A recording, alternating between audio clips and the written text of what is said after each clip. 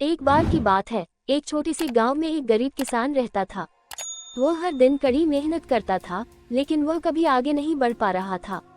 उसकी फसलें अक्सर कीटों या खराब मौसम के कारण नष्ट हो जाती थी और वह मुश्किल से अपने परिवार का भरण पोषण कर पाता था।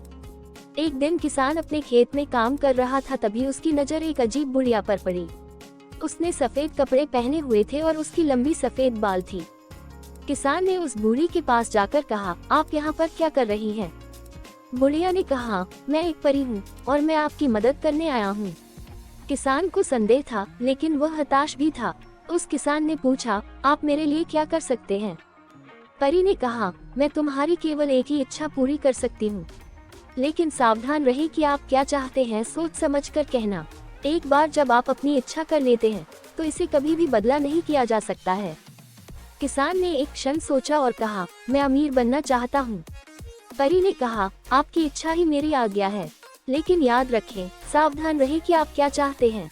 और इसके साथ ही परी गायब हो गई।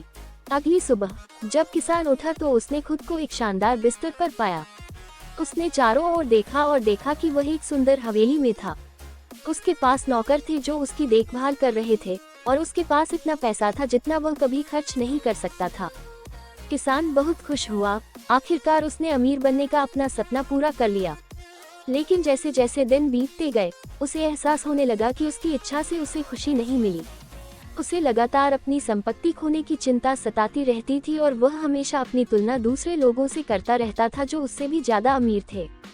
एक दिन किसान जंगल से गुजर रहा था, तब उसे फिर से बुढ़िया मिली। किसान ने कहा, मुझसे गलती हो गई है, मैं अमीर बनकर खुश नहीं हूँ। काश मैंने कभी इसकी कामना न की होती। मैं समझ गई, परी ने कहा, मैं आपकी इच्छा वापस ले सकता हूँ, लेकिन आपको पहले जो आपके पास है उसमें खुश रहना सीखना होगा। किसान ने एक पल के लिए इस बारे में सोचा। उन्होंने कहा, मैं कोशिश करने को तैयार हूँ। और इसके साथ ही परी ने किसान की इच्छा वापस ले ली। किसान एक किसान के रूप में अपने साधारण जीवन में लौट आया, लेकिन इस बार वह वास्तव में खुश था। उसके पास जो कुछ था उसके लिए वह आभारी था और वह अब दूसरों से ईर्ष्या नहीं करता था।